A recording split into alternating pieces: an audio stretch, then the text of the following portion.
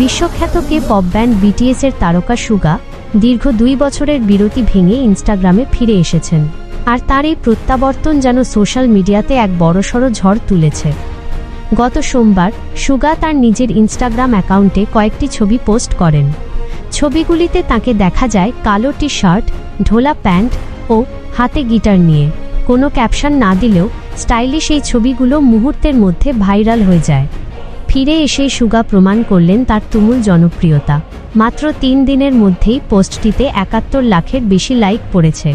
ইনস্টাগ্রামের পাশাপাশি এক্স, আগে টুইটারেও তার অনুরাগীরা আনন্দ প্রকাশ করেছেন। অনেকেই লিখেছেন, তার ফেরাটা আমাদের জন্য আনন্দের। এর আগে সুগা 2023 সালের 25 আগস্ট শেষবারের মতো ইনস্টাগ্রামে পোস্ট করেছিলেন।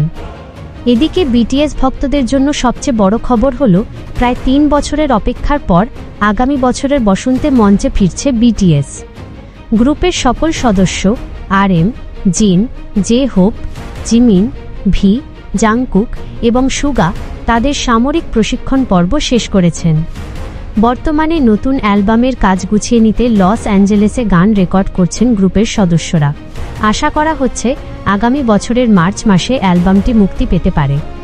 এই ছিল আজকের আন্তর্জাতিক বিনোদন জগতের খবর। আমাদের সব খবরের আপডেট এবং আরও বিনোদনমূলক কন্টেন্ট পেতে জাস্টিস টেলিভিশনের ইউটিউব, ফেসবুক এবং অন্যান্য সকল সোশ্যাল মিডিয়া প্ল্যাটফর্ম ফলো করতে ভুলবেন না। আজকের মতো এখানেই শেষ করছি। আমাদের সাথেই থাকুন।